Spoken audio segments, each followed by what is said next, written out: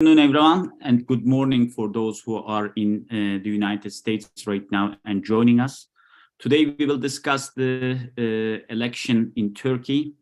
On the 14th of May, there will be parliamentary and presidential election in Turkey.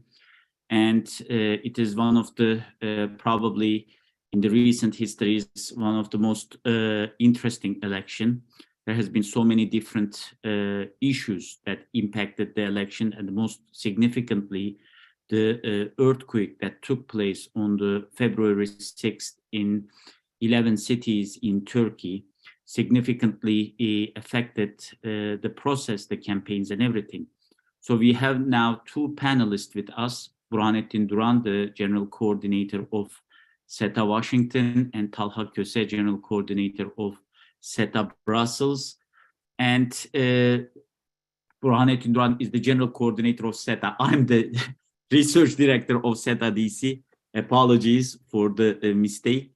And let's start with Professor Duran. Tell us, how is the campaign process going? And for all blocks, for three different groups of political parties, and how did the earthquake affected this process? Thank you, Kılıç. Well, good morning for Washington and good afternoon for Turkey, for Ankara. As you said, as you mentioned, these elections actually are the historical elections. It is already mentioned in the international media that this is the Turkey's elections is the most critical elections of 2023. But for Turkey, it's it seems that it's a crossroads, because many issues for the next century of the Turkish Republic would be decided after this, after the results of these elections. May 14 is the date for changing many things or continuing with the same policies that are followed by the AK Party government and President Erdoğan. So in Turkey, everybody believes that this is the most important elections in the recent history of Turkey. So starting from that point, it's not surprising to tell you that there is so much fierce competition between two candidates, two presidential candidates. Certainly one is President Erdoğan and the other one is the Nations Alliance candidate, Kemal Kılıçdaroğlu. We are now at the last 10 days, and two sides are conducting so much ambitious campaign and trying to get the support of the undecided voters, or let's say silent voters, because Turkey is experiencing such a politicized election that I believe that the majority, almost all of the electorals, they have their preference, but still discussing about all these issues around economic problems, identity issues, and security issues, and also about the PKK and FETÖ terrorist organizations' future in Turkey. So there is still 10 days, but I believe that what will be the impact of the earthquake or what will be the results of the May 14 in the first round, I can say that, yes, the earthquake was very effective. And that's why President Erdoğan in the last 2 months focused so much on the region and tried to cover the problems that were the results of this great earthquake on February 6th. But I can say that in the last 3 and 4 weeks, we have seen that the public opinion's attention shifted more towards the general macro politics. I mean, the earthquake is still important, but people are now discussing all the problems, all the issues around Turkey's future. And this could be the defense industry, this could be foreign policy, this could be security issues, and also the critical electoral sectors are trying to decide their preference about economic issues in the metropolitan areas, and also the youth and the women, and these sectors are trying to make their preference.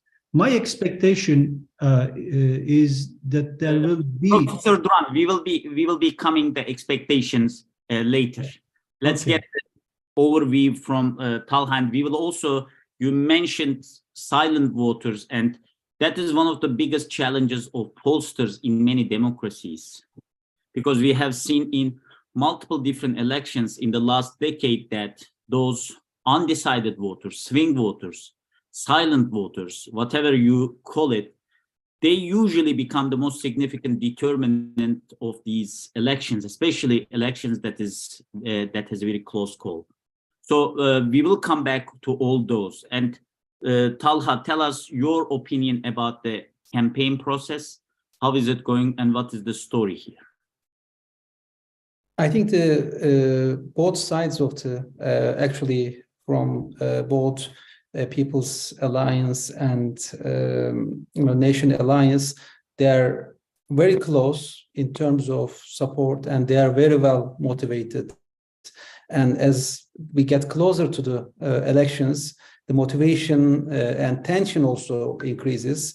I think it is a difficult process for both sides, because they also represent multiple coalitions and alliances. So it is, on the one hand, they have to proceed with the existing political campaign for the alliance. On the other hand, the parties have their own motivation to maintain their own own campaign. So they have to, first of all, on the one hand, the parliament election, and the second issue and more important issue is the presidential. So, but for the first time for maybe 2 decades, the opposition has been motivated so much. They feel that they can compare with the President Erdoğan and People's Alliance. So this is an important factor. You see excitement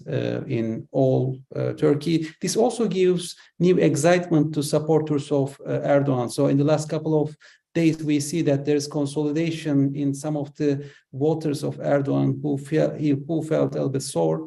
They are returning to their parties, and this also affects the motivation of the other alliance, so the Nations Alliance. So I think this, as we get closer, the motivation increases, the tension increases, and also alliances also sometimes make some mistakes, but they can easily cover some of the cracks inside, inside the alliances. So one issue is that since, especially for the Nation Alliance, they haven't worked together for a long time. So it's just an alliance of a year.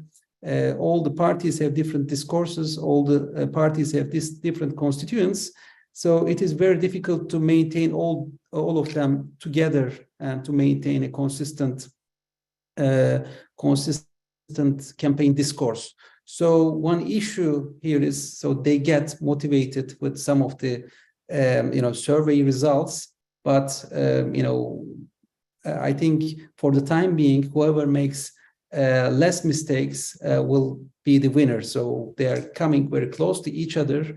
It is likely that they are not accustomed to maintain a campaign like this before. So, but and there are multiple discourses for both sides. There are, grand discourses and smaller discourses, but the main discourse is the change of the existing government coalition and, maintenance of the stability and maintenance of the Turkey's major political orientation, international orientation, and economic orientation. I think this is the grand debate for the moment, and both sides are consolidating their voters, and undecided voters number has been declining day to day.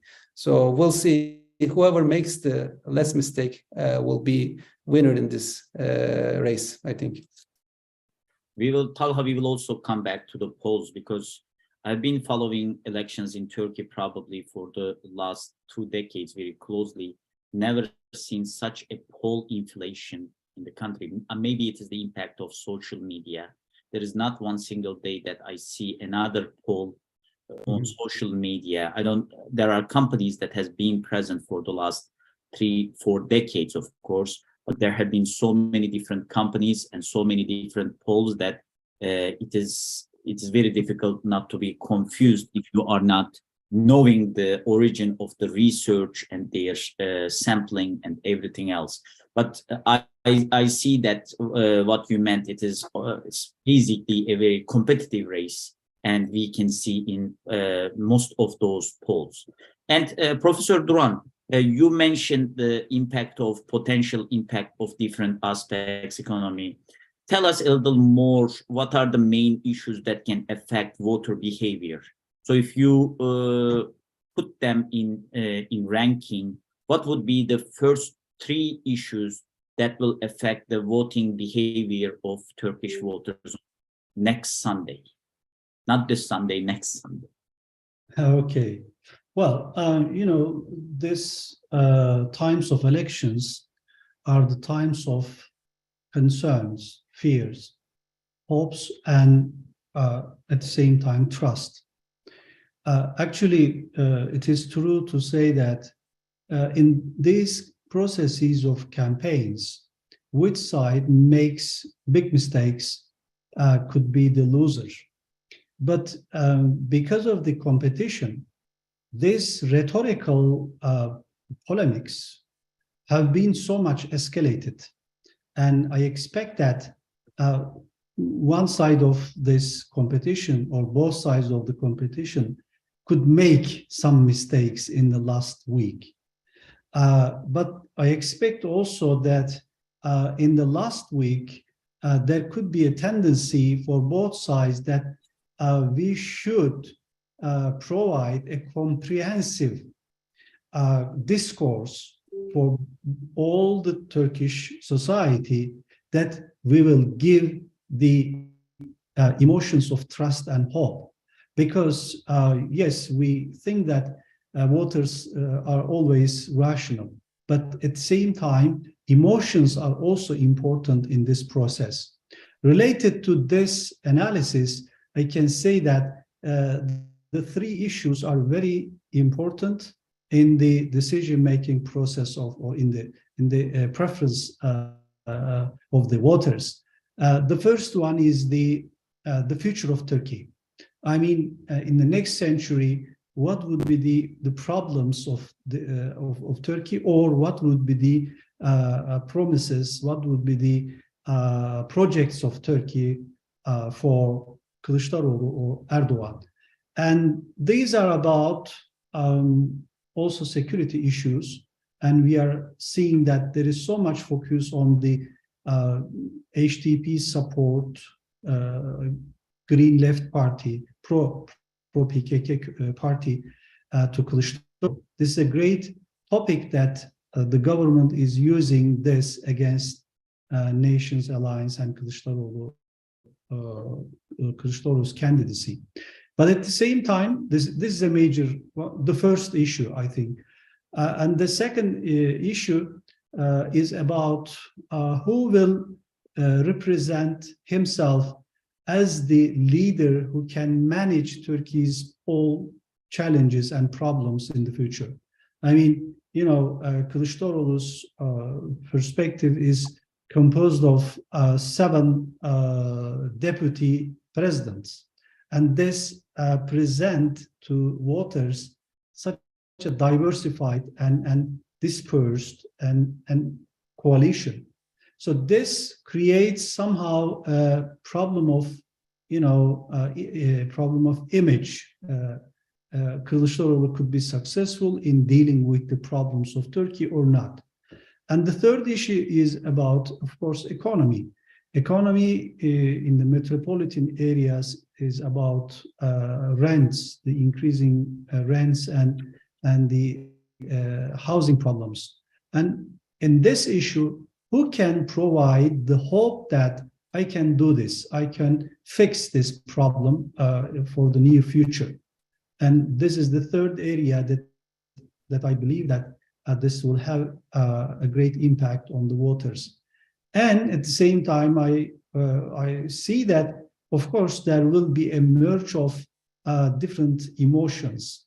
On the one side, criticizing the other side with democracy, with the lack of democracy, or with the lack of capability in dealing with security issues. But also, there is a very critical dimension to hope. Who can make the great projects for Turkey, great services for Turkey, for the future of Turkey, and who can do it with a very comprehensive way? So I expect that in the last week, both candidates will increase their votes, and the other two candidates, İnce and Oğan, will at least İnce's voters will change their preferences either to Erdoğan or Kılıçdaroğlu. This is the effect of, this could be regarded as the effect of first round. And I expect that there will be a very important possibility of second round, but I will not be surprised if the election will be decided on the night of 14 May.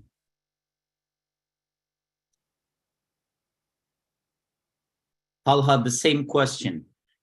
What will be the, of course, as Professor Duran said, the future of Turkey is important because this year Turkey celebrates its centenary and of its foundation, Turkish Republic.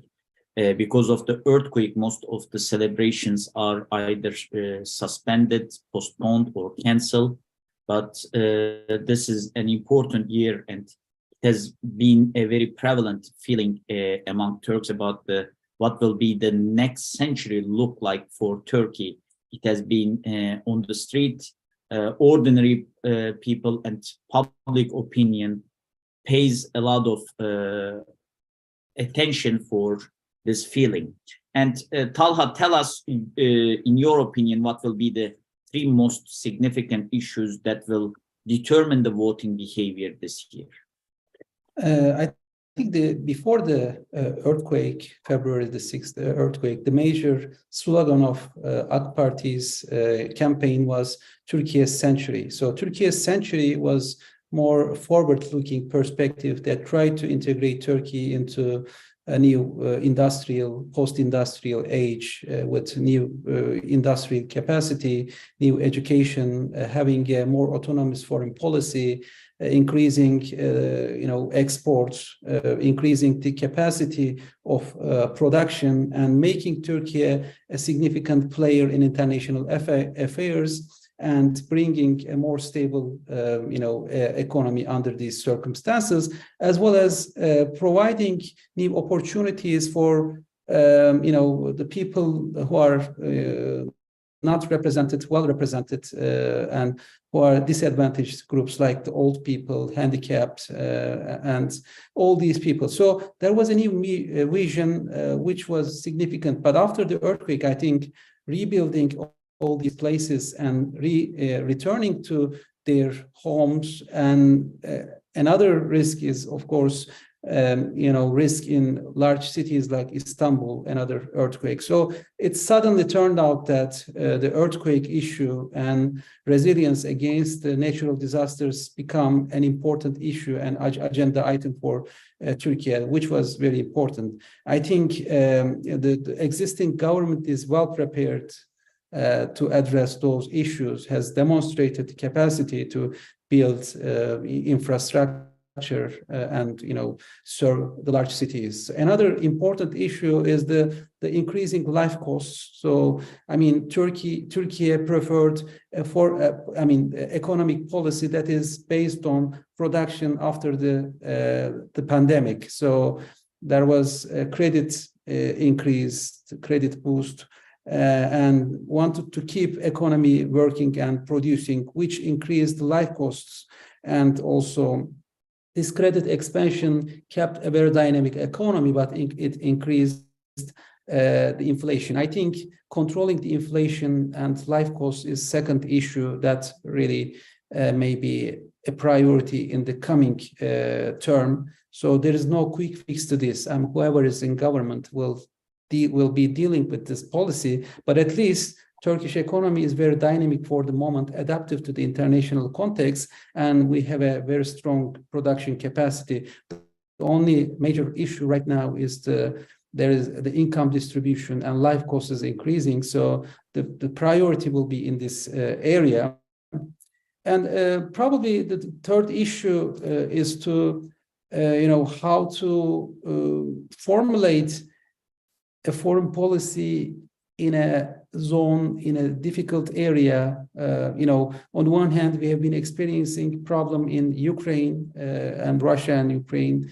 On the other hand, there is a persistent decline in relations with the West. On the other hand, there are new efforts in foreign policy, such as integrating into Turkic world and Africa. So under these circumstances, I think the way Turkey chooses in foreign policy will be very much related to Turkey's economic policies as well as policies. So under these circumstances, I think what the opposition offering is to return to fundamentals of EU integration and NATO and Western orientation, which I think is not the right fit under these circumstances where the world is moving into multipolar world. AK Party, on the other hand, and the People's Alliance tries to expand autonomy and be more adaptive to changing multipolar world while maintaining good relations with the West. So this is a difficult policy. Having a foreign policy that prioritizes not security, but at the same time economy and medium to the long-term horizon is difficult, and because the main security and economic relations are very much oriented to West.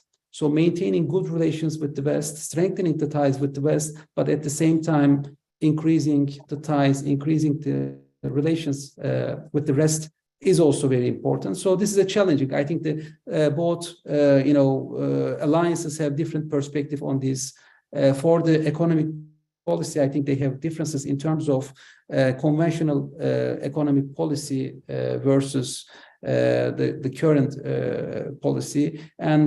But the most important issue for the moment that most people in Turkey is concerned is related to disaster preparedness and rebuilding the cities and getting resilient to possible another disaster around the western part of Turkey.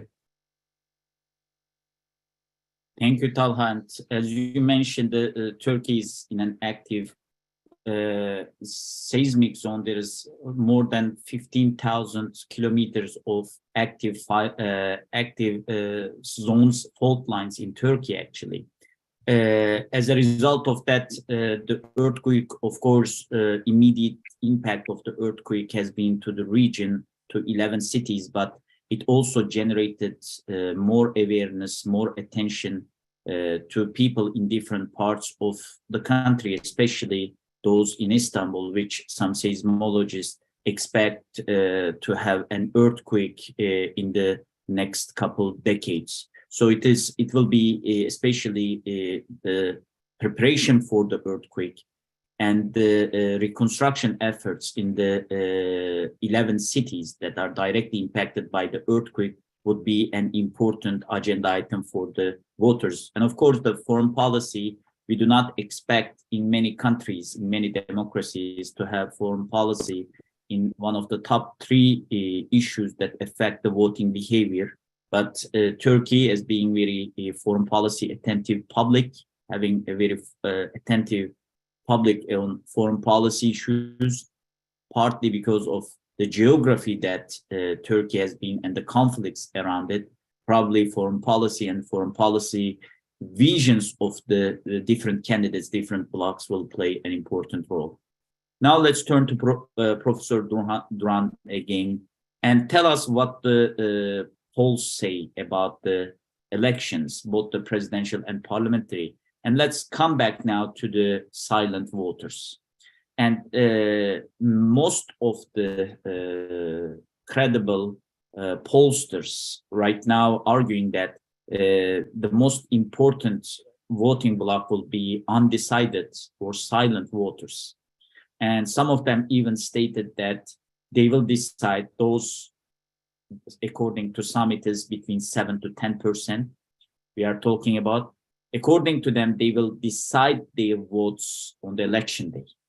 And some of them, even while they are voting. Who are these voters and why they are undecided? Yeah, thank you, Kılıç. Very important question, actually. Well, before telling my expectation, I should mention this important reality in the current Turkish politics. Since there is so much competition of campaigns, escalation of rhetorics, and the feeling of a critical election, we see that some people are, in a way, hiding their preference. That doesn't mean that they haven't decided yet. But still, at the same time, all the issues, from identity issues to security, economy, and leadership issues, there are so complex and interdependent subjects that each day political leaders, candidates, parties are touching upon and forcing the voters to their side. So this is a war of propaganda. This is like a big war of campaigns. And at the same time, for the polls, I can tell the same thing.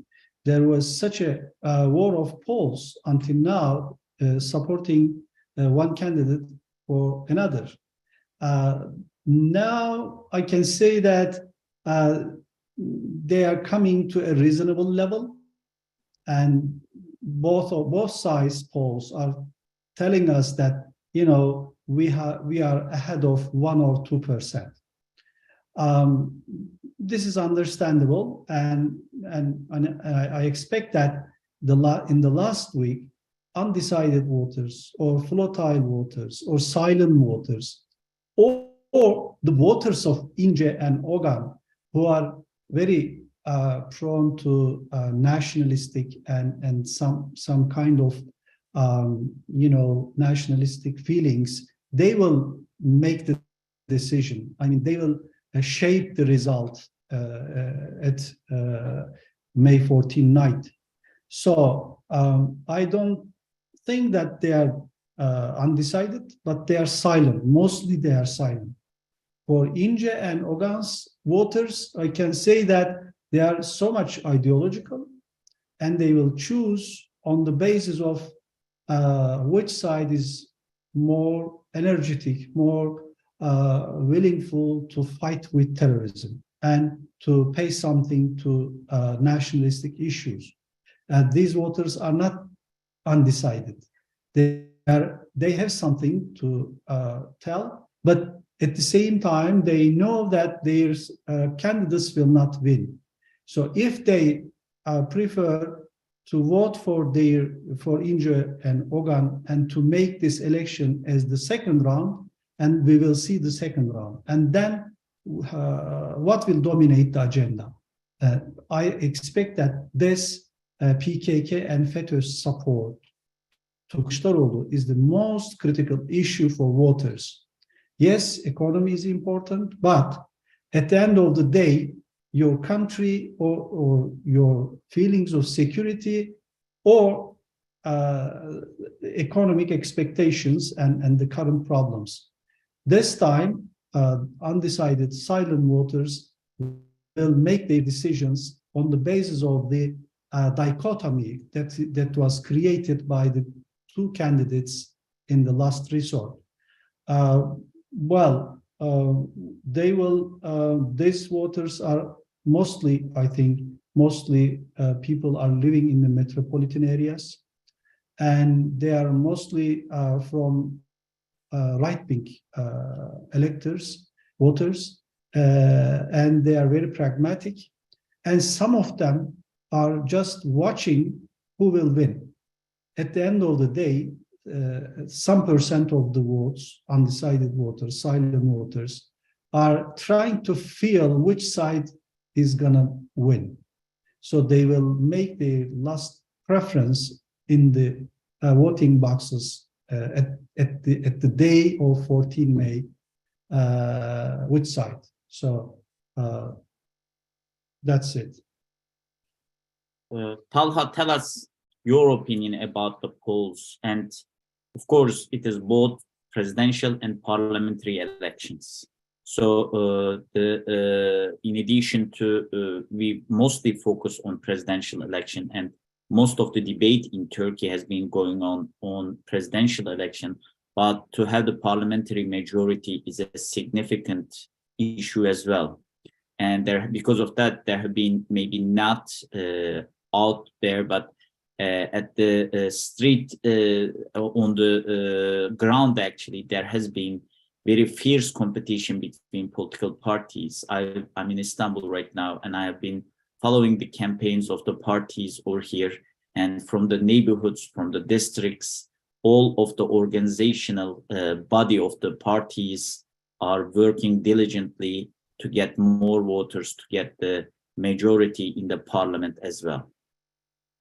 I think we will have an extremely diverse parliament. So we will see new actors. For instance, the Türkiye İşçi Partisi, Workers' Party, Hüdapar, Yeniden Refah, Büyük Birlik Partisi. So new smaller parties, Deva Gelecek. So they have all their candidates. So for the time being, they're part of the alliances, and also Zafer Partisi, Memleket Partisi. So most likely, especially the alliances, will not have the problem of the 7% threshold, which means that we will have alliances, but at the same time, we will have many parties that will be represented in the parliament. So in the coming years, if there are some major disagreements among the leaders, so these candidates, these MPs may have their own,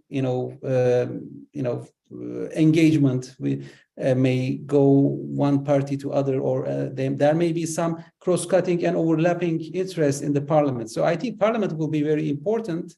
And of course, the current system, the HONT system, will work better for the bigger parties like AK Party and CHP, so they will be more represented. However, there will be members from other smaller parties whose vote may be critical in the coming. So their discourses may be heard more in the parliament. So I think there will be a very colorful parliament in this election.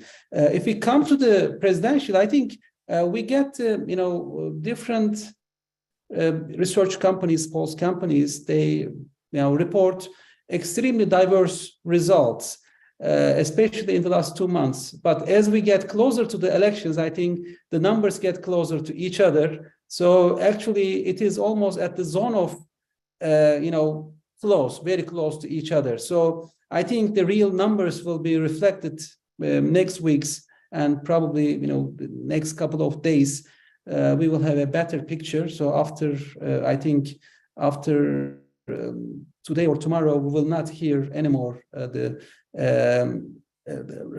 results. But what I expect here is that I think there are 3 or 4 types of people whose preferences, whose votes are not reflected in those polls. So first of all, the first-time voters who live with their families, I think most of them, don't give, a proper answer, or their opinions are not well represented in the polls. Secondly, the people from the earthquake zone, so most of them moved to other cities. So we don't know how their preferences will be reflected. Third issue is the Turks outside of Turkey. So the other, I think we see there's huge interest in voting of these, and we don't see the results properly in the polls. And fourth one is the security personnel, like the police and military. So their preferences are not necessarily reflected. So I think to get the holistic picture, we have to also integrate with these four types of voters. And I think outcome may be very unexpected. So I think if we incorporate all these actors to the real elections, I think the election results may be 1 or 2% unexpected results can be seen. So I expect that the Turks outside of the Turkey and security personnel will be predominantly voting, but People's Alliance. We don't exactly know what will happen with the earthquake. I think the people who cannot vote because of moving. And for the younger population, we still don't have a clear picture. So many pollsters argue that they will be voting for change, but I think the picture is not that clear for those voters. So they may not be as pro change. Change meaning they are expected to vote for the Nations Alliance, but there are certain issues, certain contradictions that may deter them to vote for the Nations Alliance, because we see that all the fault lines, all the cleavages that exist in Turkey are also reflected in Nations Alliance, so the opposition alliance. So I think we have to take into consideration the Turkish and Kurdish nationalists, Islamists and liberals. So, Alevi, Sunni, all these cleavages are represented. And also, people from different social economic backgrounds. So, higher,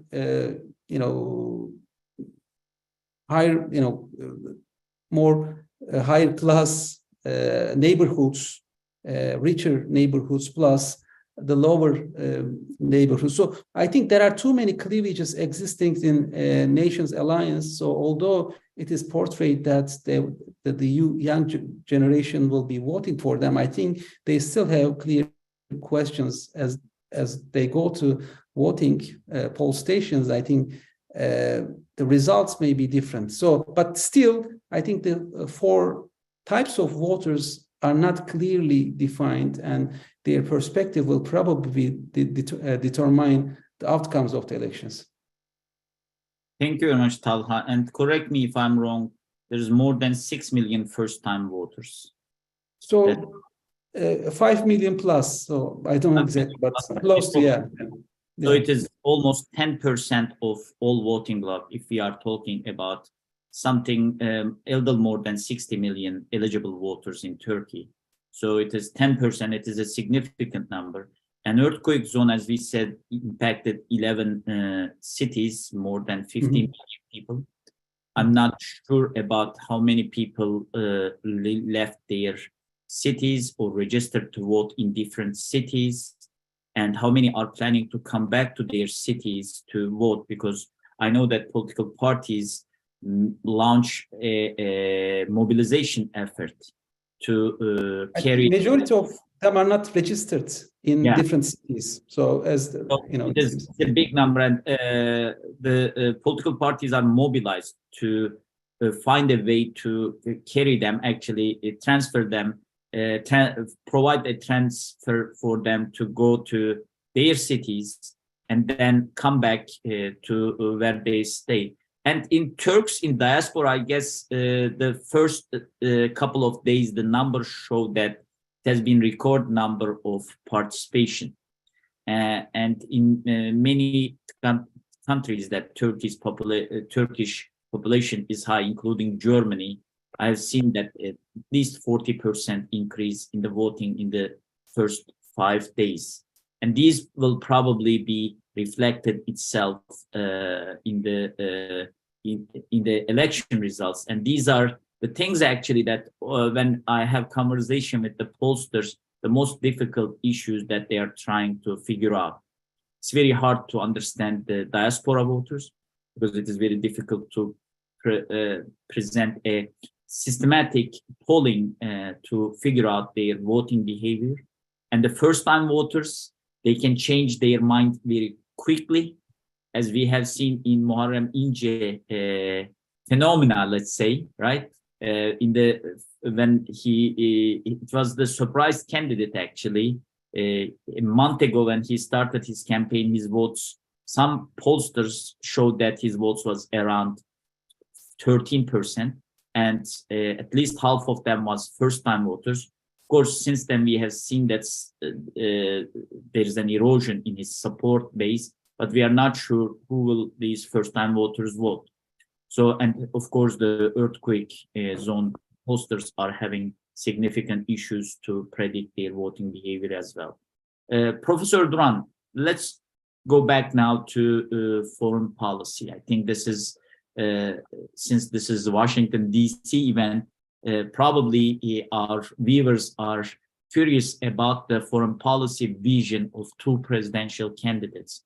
What will be different if President Erdoğan wins again? Do you expect any different, or do you think there will be consistency in foreign policy? And what is the what do you expect from Kılıçdaroğlu, and what did they offer so far in regards to foreign policy? Yeah, well, Kılıç, if President Erdoğan continues his government, less and more, the foreign policy issues would be in the continuation aspect. I mean, there will be much more efforts to further this normalization process in the Middle East, including Egypt and Syria. And also, there will be some attempts to normalize bilateral relations with Greece, EU, and of course, the US. But at the same time, President Erdoğan announced his foreign policy aim of supporting, strengthening the axis of Turkey. And this policy perspective, foreign policy perspective, is an integrated policy, meaning that giving support to some defense industry and security issues and diplomacy at the same time. And also regarding the war in Ukraine, Erdoğan's diplomacy of bringing two sides together and following a policy of balance between the US, Europe, and Russia will continue. And this means that Erdoğan's foreign policy will have a period of 5 years for consolidating the general framework of the earlier foreign policy. But for Kılıçdaroğlu, there is an ambiguity.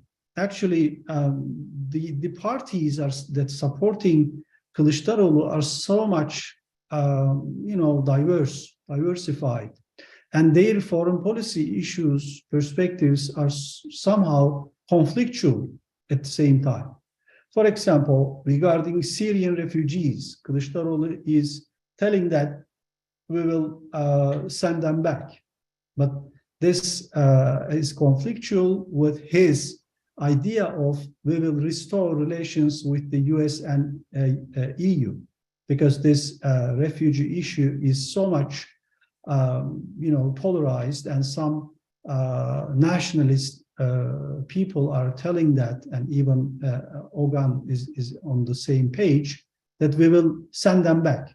So how could it be possible with your relations with a strong rapprochement with Syria, send them back, send Syrians back, and at the same time have a good relations with the EU? These are very problematic. And at the same time, with Greece, there are some nationalistic feelings, and regarding the Aegean and Eastern Mediterranean, how can you manage a much more rapprochement without the challenge of Greece maximalist policies in those areas. So these are creating somehow ambiguity for Kılıçdaroğlu, and it's also the same with HDP, pro-PKK parties, radical, radical concerns, radical ambitions. I mean, they are for somehow autonomy in Turkey, and they want the release of PKK militants, Demirtaş and Öcalan, at the same time. So, and at the same time, they demand that Turkish military forces should withdraw from Iraq and Syria. How could it be possible with with struggling the PKK terrorism, but at the same time withdrawing your military forces from Syria and Iraq? So, there is a difficulty of combining all these different parties' foreign policy perspectives together. Even Davutoğlu, once AK Party's prime minister, who was the behind the Syria policy of AK Party, is now supporting Kılıçdaroğlu, and Kılıçdaroğlu is criticizing Ahmet Davutoğlu's foreign policy of Syria while he was prime minister. So these are very conflictual, and this creates some concerns about security issues, PKK issues, and the possible scenario of a PKK terror corridor or statelet in Syria and even in Iraq. They can find some opportunity even for making terrorism in Turkey. So these are the very concerns of people, and we are talking so much about this. And something is very interesting, Kılıç. Kandil, PKK leaders are supporting openly Kılıçdaroğlu. Yes, HDP is supporting, but PKK leaders are much more vigorous, much more outspoken in their support to Kılıçdaroğlu. And I think that this is the reality, that if PKK supports Kılıçdaroğlu, this is against Kılıçdaroğlu. But still PKK leaders are doing this. This also creating great concerns for Turkish public opinion, because PKK is considering that there is an opportunity, there's a fertile ground for making some ideological and political gains in supporting Kılıçdaroğlu even in the election times. So this is the most important dominant issue of this May 14 elections, and I expect that this will continue to dominate the main agenda. Talha, the same question. I think for the opposition's nations alliance, foreign policy area is like mine zone. So they have parties from all ideological orientations. So Islamist parties, pro-Western parties, nationalist parties, plus the party that supports them in the presidential elections, Kurdish nationalists. So on one hand, probably Gelecek and Saadet wants to improve ties with the Muslim countries. On the other hand, Republican People's Party want to reorient foreign policy towards EU and NATO. The other issue for E-Party, they would probably prioritize security, whereas HDP will prioritize more liberty, autonomy, and sustaining of the cross-border operations. So I think in almost all areas there will be some contestation and disagreements. So we can see that the security issue will not be prioritized in nations alliance. Whereas if President Erdoğan wins again, I think security will be priority. I think there will be a clear orientation to continue fighting against terrorism. There will be stronger ties with Muslim countries, with Turkic countries, and I expect some form of gradual normalization with EU and probably US, and more importantly, normalization process with Egypt, Saudi Arabia, United Arab Emirates will be another priority, which will increase Turkey's autonomy in terms of its orientation. So Africa will also be prioritized. So we will see that continuation of the current foreign policy, plus maybe a new opening with EU and new opening with the countries that normalization process started if President Erdoğan is elected, whereas there will be some disagreements, some major issues in nations alliance. One thing that Europeans expect is that they expect that Kılıçdaroğlu will be in more line with Ukraine in the case of Russia, rather than pursuing a more balanced approach. They expect that Turkey should take a more pro-Ukrainian line rather than losing the balance. This will actually diminish Turkey's position as a mediator. Another issue, probably Turkey will be more soft on Sweden's membership to NATO, and probably there will be stronger initiatives for normalizing relations with the EU, whereas I don't see any appetite from the EU, to be honest. From the Brussels, they don't expect opening new chapters for negotiations with Turkey, even if Kılıçdaroğlu wins. So I think there may be some further Western orientations, but we will not see significant appetite from the Western actors. And probably security will not be the priority if there's a nations alliance, and there will be some major disagreements. I expect major problems among the leaders if there's a change. But I think for the foreign policy, I think Turkey will be one of the security providing actors with the new capacity investment in security, as well as military technology. So I think Turkey will try to expand and limit the dependency in energy and military, and this may actually give new roles for Turkey in regional issues, regional conflicts. But I'm more optimistic in terms of finding solutions to existing tensions, because many of these tensions are on hold. So maybe in the Syria issue, Greece issue, Egypt issue, or even with the US, they keep it on hold and see. And even if Erdoğan is elected, I think there may be some major positive changes in all these areas. Thank you very much. And I know we have 7 minutes left. I received multiple questions, one from the chat box, the Q&A box here, others from social media. But while talking about foreign policy, one of the most significant foreign policy agenda items for Turkey has been the relations with the United States. And Professor Duran, tell us what you expect the relations of the relations between Turkey and United States after the elections. Well, somehow it depends who wins. That's why I should answer your question by two scenarios. If President Erdoğan wins the election, and then we can expect that the same policy of balanced approach to the war in Ukraine will continue.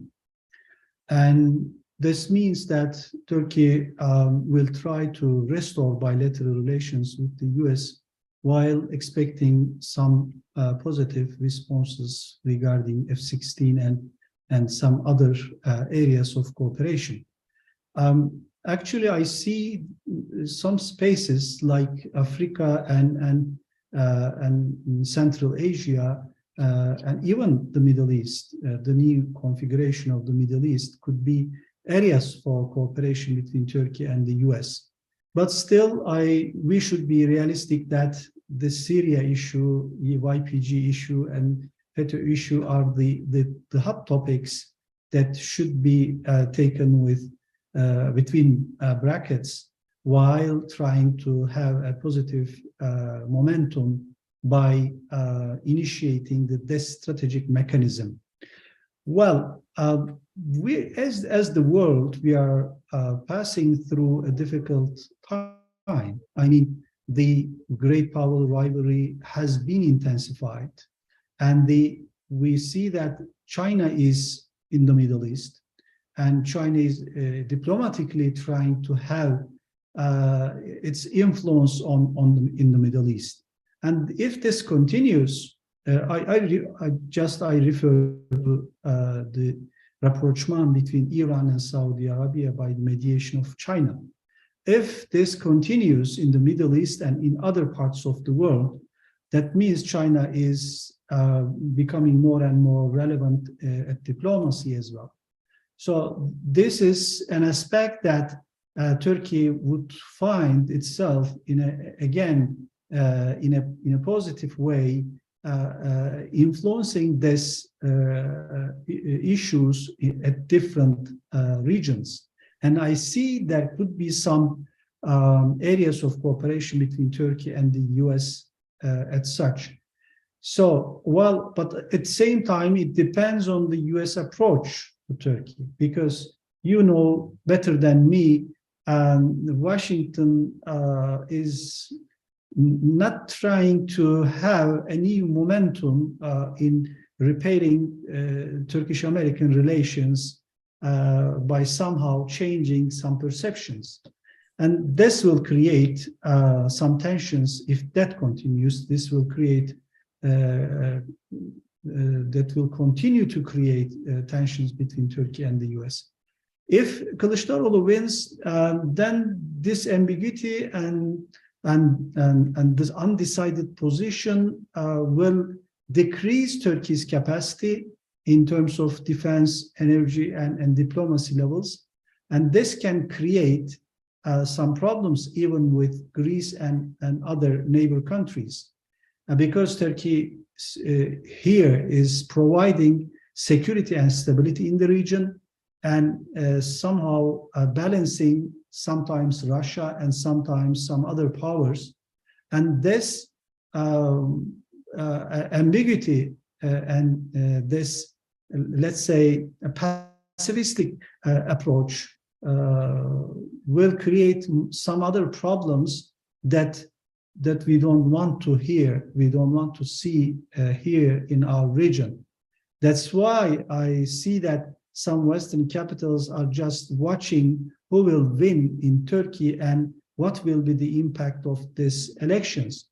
In their side, if Kılıçdaroğlu wins, everything will not be positive, will not be okay for themselves, because Turkey's instability, Turkey's decrease in Turkey's capacity will create other problems in the region as well. So it is this perspective that I consider the Turkish-US relations after the elections. Talha, I will more specify this question. Two very significant issues that has been impacted bilateral relations: S-400 issue and YPG issue. What would you expect for the future, for the trajectory of Turkish-American relations in these two different issues after the elections? I think the YPG issue is the most significant issue that poisons Turkish-American relations, and I don't see any meaningful change if United States continues to support this organization clearly, openly, or closely. So I think this is the fundamental issue, and if Erdoğan and People's Alliance is in power, I think this will be taken as a significant issue that is related to survival of the Turkish state. So I think this will be very important. For the S-400 issue, this is more related to balance between Turkey and, between Russia and US. So I think this is not a fundamental national security issue. This is open to negotiation. So Turkey may prefer a more balanced approach between Russia and United States if there is such a potential. And in the coming years, maybe 2-3 years, Turkey may, have its own capacity for long-range, long-range missile defense system. But I think, this is also related to the orientation of the administration in United States. I think Washington's perspective is also very important. For the time being, Democrats are considered as more ideologically oriented foreign policy, which sidelines Erdogan and his, foreign policy perspective. I think if there is a more pragmatic perspective, there are really opportunities and lines of cooperation.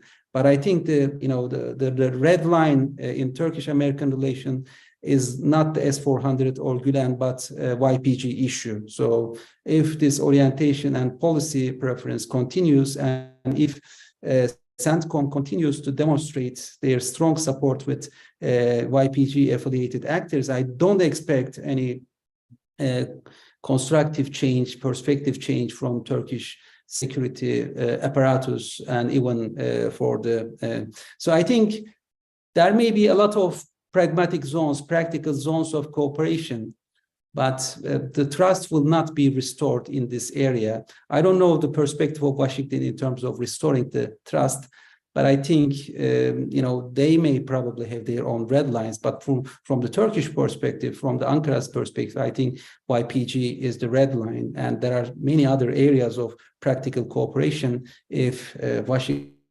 decides to prefer practical, more pragmatic foreign policy towards Turkey. Thank you. And I know we have just 1 minute left, but I will give you 30 seconds or more for each panelist for questions in regards to election security. So there are some questions about the security in the election process.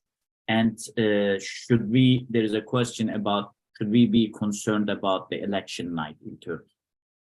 Well, also, yeah, Kılıç, in the presidential systems, the election campaigns are full of noise, rising rhetorics, polemics, and somehow accusations of each other.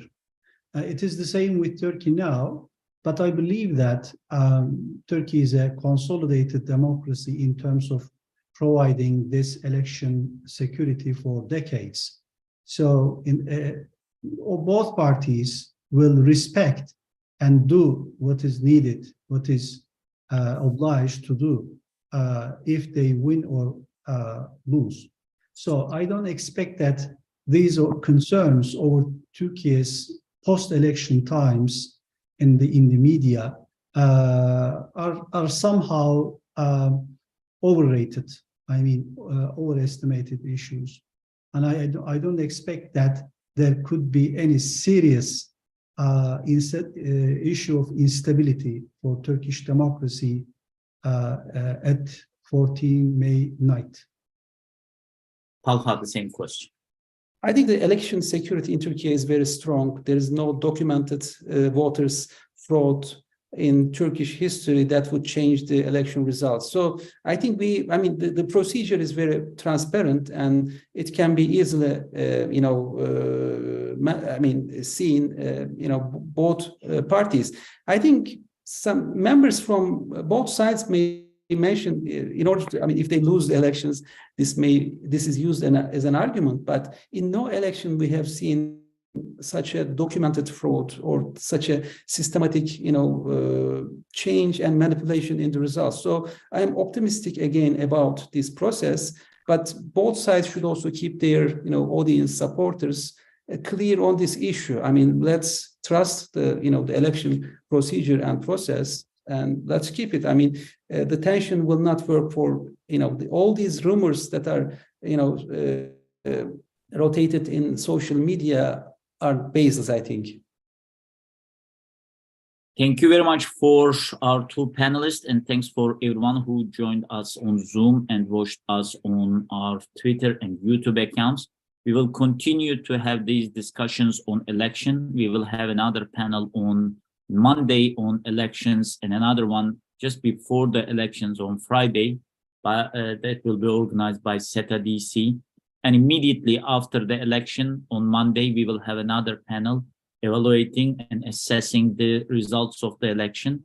So hope to see you again in these panels. And I want to thank for our panelists again, and see you again. Have a good day. Thank you, Rich.